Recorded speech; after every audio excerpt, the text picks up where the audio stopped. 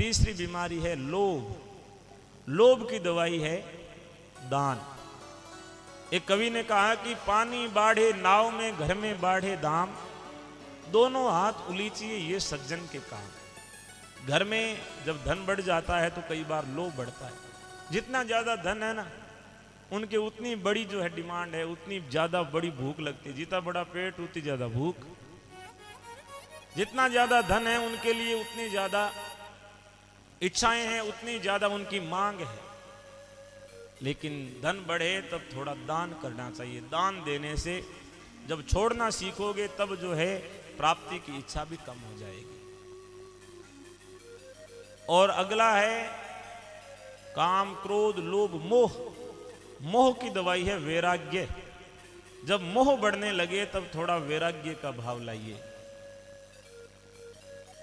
परिवार में धन में मोह बढ़ने लगे तब याद कीजिए परमात्मा को, याद कीजिए अपनी मृत्यु को, याद कीजिए। मृत्यु को याद करोगे तो सब छूट जाएगा। राजा परीक्षित को जब अपनी मृत्यु का पता चला कि 7 दिन बाद तेरी मौत होने वाली है, सब छोड़ दिया। एक पल में सब छूट गया। पता चल गया कि इनमें कोई आराम नहीं, अब तो आराम आगे जाके करना है, तब उसकी तैयारी में लग गया। जब ज्यादा मोह बढ़े तब आगे के बारे में विचार करना कि साथ में क्या लेके जाना।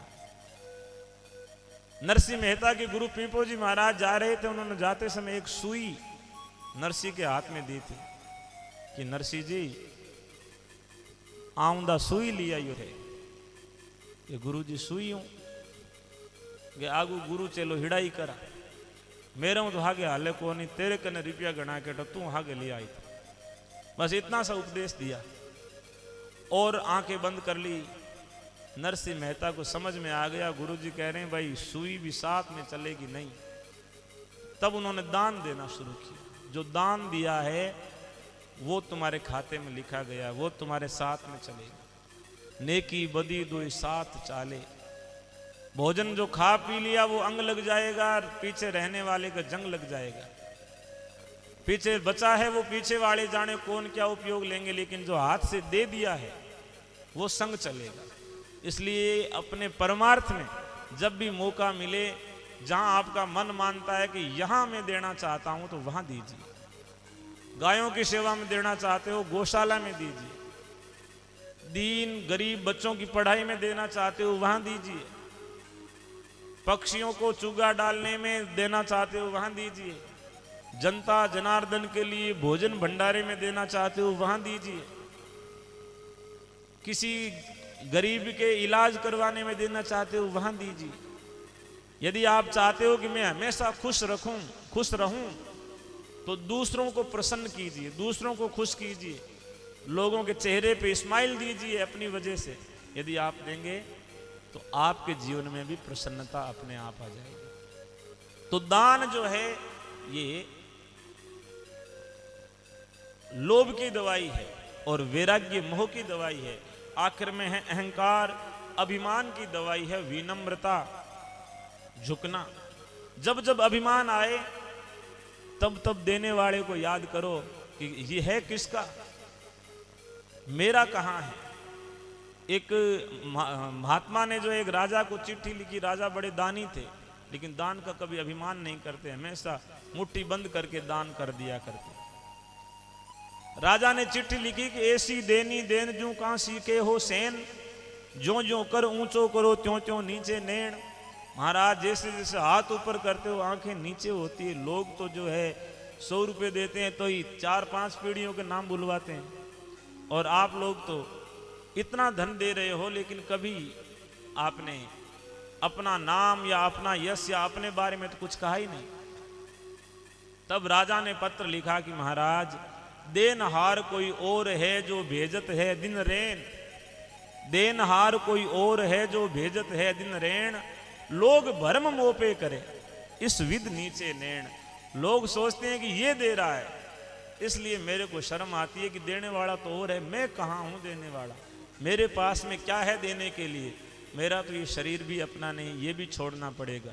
फिर देने वाले ने हमारे को बहुत ज्यादा दिया है और हम तो उसमें से ही थोड़ा सा दे रहे हैं। देने वाला जब लाख देता है तब हम 1000 100 रुपये देते हैं, और देने वाला यदि कम देता तो हम कहाँ से देते? पहले देने वाले ने हमें दिया, फिर हम आगे दे रहे हैं, इसलिए धन्यवाद उस देने वाले का होना चाहिए। ये विनम्रता का भाव मन में आएगा तो कभी भी अहंकार नहीं आएगा। इन जो ये उठे हुए हैं त्रिशूल, इनको ढक लो, ऊर्ध्व ढाक ले त्रिशूलों। गुरुदेव कहते हैं आद अनाद तो हम रची लो, हम सिरजी लो शय कौन। आदि और अनादि को तो रचने वाला मैं हूं, फिर हमारी रचना कौन करेगा? हम सिरजी लो शय कौन। मैं जोगी के भोगी के निज कर्माधारी, शोषी के पोषी के जड़ बिंबाधारी। भगवान कहते हैं मैं योगी हूं या भोगी हूं। योगी और भोगी में थोड़ा सा अंतर होता है। योगी भगवान से युक्त हो गया वो योगी, और विषयों से युक्त हो गया वो भोगी। जो विषयों के साथ में जुड़ा हुआ है वो भोगी है, और जो भगवान के साथ में जुड़ा हुआ है वो योगी है। रामायण में हम देखते हैं दशरथ और दशमुख दोनों की लड़ाई है। राजा दशरथ की सभी प्रशंसा करते हैं क्योंकि उन्होंने 10 इंद्रियों के नथ डाल रखी है और रथ बना रखा है। रथ में घोड़े जो होते हैं वो सारथी के काबू में होते हैं, कंट्रोल में होते हैं।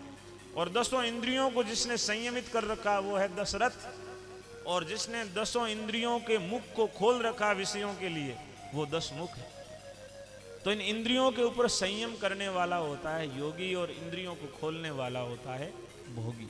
योगी के भोगी के निज कर्माधारी, या फिर मैं अपना कर्म करने वाला हूं, कर्म योगी हूं। शोषी के पोषी, शोषण करने वाला हूं कि पोषण करने वाला। के जड़ बिंबाधारी, भगवान कहते हैं, या फिर प्रकाशित करने वाला, सबको ऊर्जा देने वाला, सबको चेतना देने वाला। प्रकाश पुंज में हूं, स्वयं प्रकाश हूं।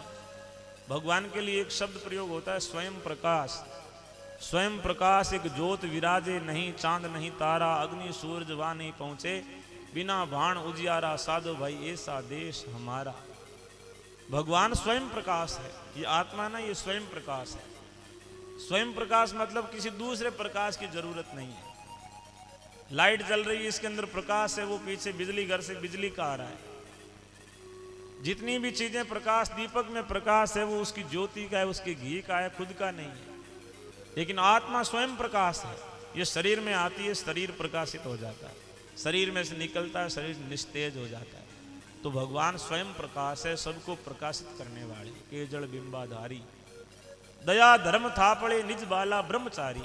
भगवान कहते हैं दया धर्म की स्थापना करने वाला बाल ब्रह्मचारी के रूप में मैं इस संसार में वो ही आया हूं जो समस्त संसार को प्रकाशित करता है।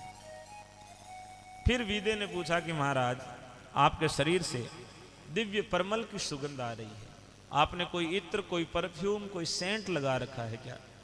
तब भगवान ने तीसरा शब्द सुनाया और कहा, मोरे अंगन अड़सी तेल न मड़ियो, ना परमल पीसायो, जीमत पीवत भोगत विलसत दिशा नाई, मापन को आधारू 68 तीरथ हिरदा भीतर, बायर लोकाचारो, नानी मोटी जिया जोड़ी, एति सास फुरंते सारो, वासंदर क्यों एक भणीजे, जी के पवन पीराणो, आला सुका मेले नाई, जांदिस करे मोहाणो, पापे गुने विये नाई, ऋष करे ऋषाणो, बवली दोरे लावण हारो, भावे जान में जाणू, न तू सुर नर न तू शंकर, न तू रावण राणो, पाचे पिंड काज चलावे, माय धूरत दाणो, मोर छुरियन धारू लोवन सारो, नया सूरज को रिपबिंडाई ताते कहाँ उठावे ते बारू जिन आकड़ी बढ़ जुआ के न लोहे की आरू। भगवान कहते हैं मोरे अंगन अड़सी तेलन मलियो, मेरे शरीर में किसी प्रकार का भी कोई तेल फुलेल अलसी इत्यादि सुगंधित द्रव्य का उबटन नहीं लगाया, ना परमल पिसायो, ना ही किसी प्रकार की कोई परमल लगाई। जीमत पीवत भोगत विलस